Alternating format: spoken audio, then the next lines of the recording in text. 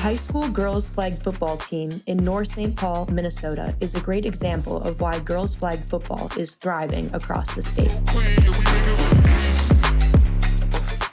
It's new, it's fun, it's a chance for established athletes to try a different sport, and an opportunity for young women who didn't have a sport to find one of their own. I feel like a lot of these girls, it's their first year playing any sport at all. A lot of the girls were nervous to play a sport for their first year in high school, but then now that it's new to everybody, they weren't so nervous. They don't have to be the best at it. They just have to show up and have a good attitude. I feel like for us, it's girls being in a sport that mostly you won't see females in. So showing that yeah, we might be females, but we can do the same thing as males can do.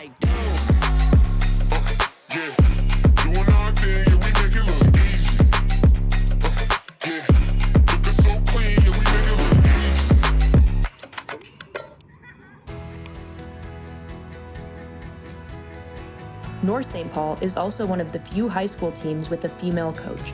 The girls knew Coach Boche as their health and physical education teacher, but it turns out she's a tougher customer on the gridiron than in the gym. What would you guys say about Coach Boche? She's kind of strict, guys, but she's really nice. I feel like they have an equal minimum of being strict and then being fun at the same time. So as a female coach, what is it like for you to see a sport open its doors to a whole different kind of player and a new sport? It's been amazing as an athlete my whole life. I remember playing as a girl at home with the boys and just never have the opportunity to even think about playing any football. And then, it was exciting when our athletic director came to me and said, "Hey, Carrie, I want you to be our football coach.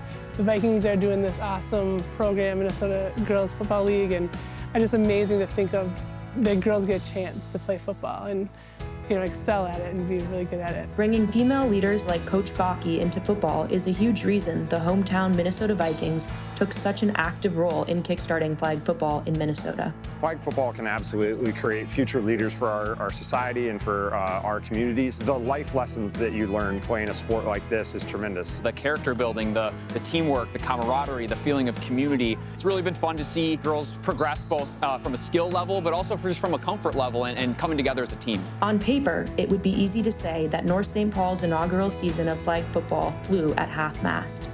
Their record was 0-9, and they didn't qualify for the postseason. But look closer, and you'll see a program that's poised for growth. Looking back on your first season with North St. Paul and your teammates, how did it go? I think it was really fun. We didn't win how we thought we would, but we did have a lot of fun. Our team has a lot of chemistry with each other.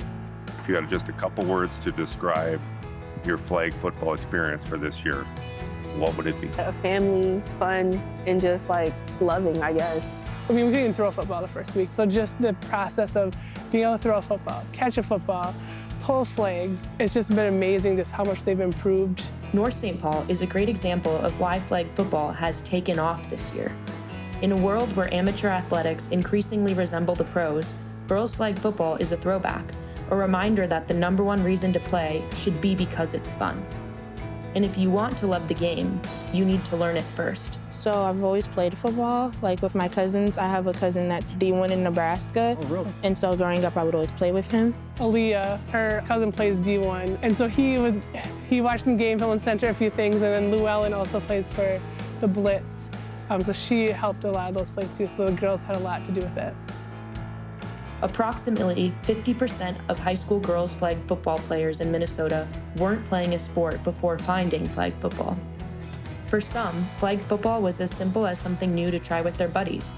For others, it was a chance to take their passion for the game to the next level. What do you think the championship caliber of football is going to be like here through the playoffs? Oh, it's going to be amazing. I plan to bring in the girls to the championship game just to see the amount of athletics that goes on in the sport. Like I said, I have 15 freshmen that, and we're all new to the sport. And I think it's just for them to see the high caliber that Minnesota football is bringing, I think is going to be amazing. 51 high schools across Minnesota embraced girls flag football as a varsity sport this spring. Just 12 of these schools would advance to the state tournament hosted by the Minnesota Vikings at their TCO Performance Center.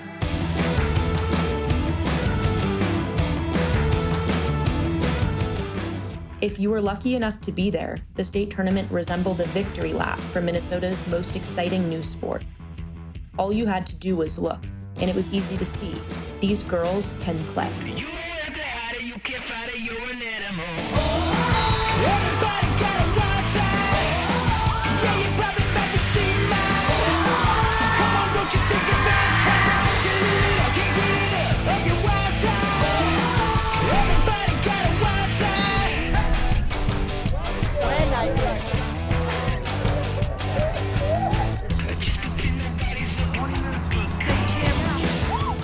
Led by Sophia Pierce, 4 touchdowns and 2 interceptions. The Mahtomedi Zephyrs would win the championship with the 36-20 comeback victory over La Crescent Hoka.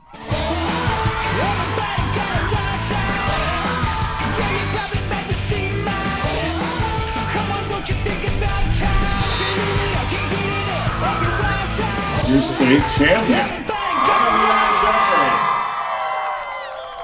While Mahtomedi was the last team standing and hoisted the trophy, there were a lot more winners in the inaugural season of girls flag football. I mean, 30 years from now, you'll be watching this video saying, yep, we were the first season to do it. What do you guys think about that? I never thought it was actually gonna happen. I've always said it. I was like, we should have a flag football team or like a football team. And now that it's actually like here, it's kind of like a crazy feeling. One day, we'll look back at these trailblazers, these pioneers, knowing that wherever this goes next, we owe them a debt of gratitude.